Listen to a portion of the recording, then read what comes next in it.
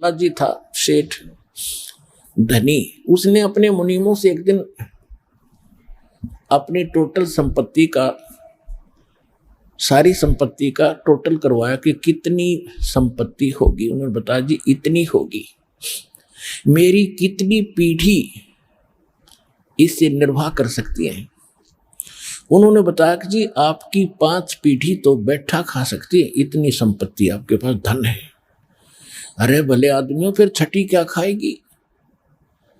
वो छठी क्या खाएगी? और कुछ विधि बताओ। तो उन्होंने कहा जी साधु संत बताते हैं, उनके सत्संग सुनने चाहिए। तो सत्संग में बताया गया कि भाई दान करे, जब धन चाहे तो दान करे, और दान से धन घना मिलता है। और दान में जैसे साधु संत भक्तों को जो दान कराया जा वो ज्यादा लाभ देता है। जैसे यहाँ तो सारे साधु संत आते हैं, भगत असली भगत तो यहाँ आते।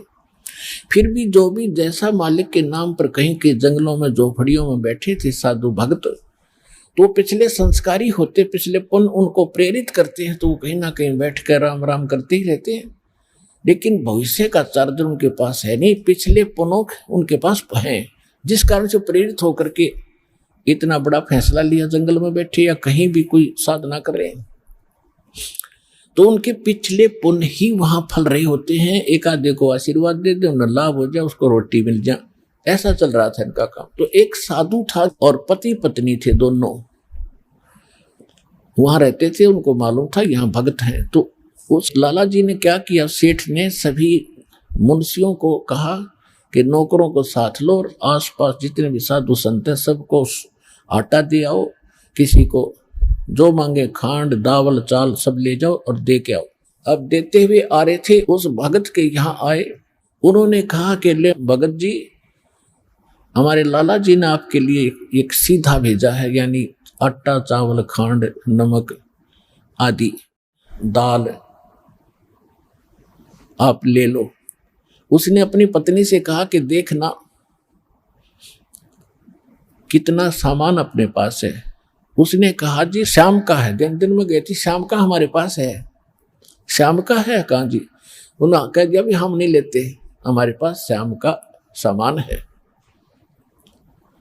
तो उस कहने लगे भगत फिर कल भी खा लियो। बोला कल की कल देखी जाएगी, अब नहीं ले हम। बोले कमाल की बात है। उन्होंने नहीं लिया तो वापस लेकर आ गए। वो सेठ ने पूछा तुम देकर क्यों नहीं आए? वो एक और वहां भी था, उसने गिन रखे थे, सारे गिनवा रखे थे।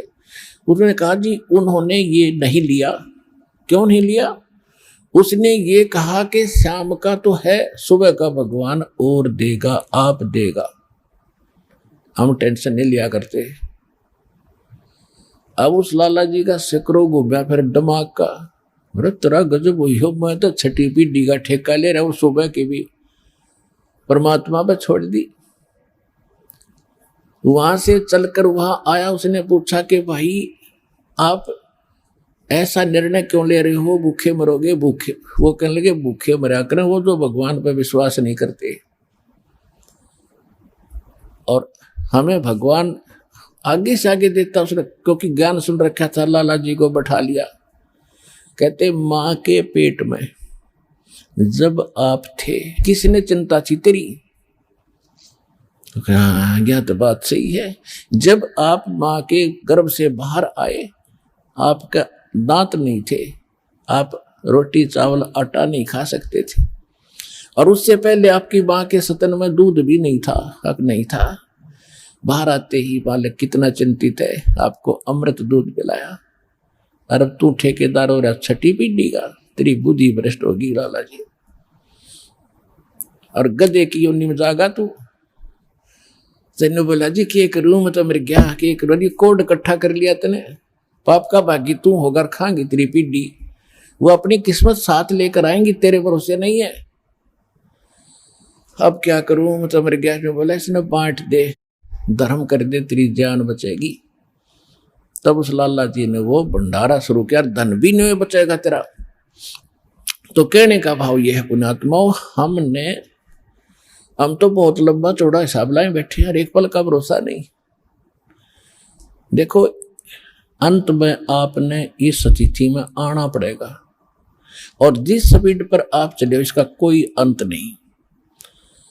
आज किसी के पास एक प्लाट है और थोड़ा सा जुगाड़ होते तो सोचे एक और लूं, और फिर और जुगाड़ हो गया तो एक और लूं, वहां थोड़ा सा ठीक मिल रहा है, रेट ज्यादा होने वाले हैं, वहां भी दाव लग गया तो 30 चौथा और दूसरे शहर में ले लूं, इतने मृत्यु हो जाएगी, और फिर कुत्ता अपने कहाँ घूमया करेगा, सैर सपट्टे करता।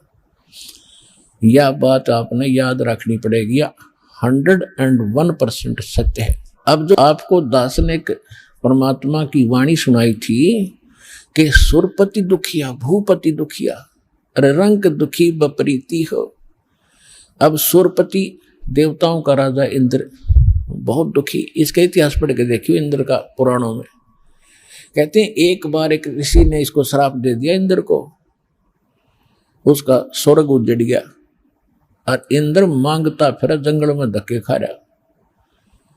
और फिर कभी देखते हो राक्षसों ने चढ़ाई कर दी, देवताओं का राक्षसों का लठबाज रहा है झगड़ा हो रहा है, और मृत्यु के बाद फिर इंद्र गधा बनता गधा। तो यहां कहते हैं सुरपति दुखिया भूपति, सारी पृथ्वी का राजा भी दुखी, और रंग दुखी बप्रीति हो। निर्धन तो स्वाभाविक दुखी, उस पर सारी आपदाएं आती ही हैं जब तक वो भगवान की शरण में नहीं आता। जब वो परमात्मा की पावर से जुड़ जाता फिर रंग हो और चाहे राजा हो, परमात्मा तो उनको सब अपने हिसाब से डील करेगा फिर।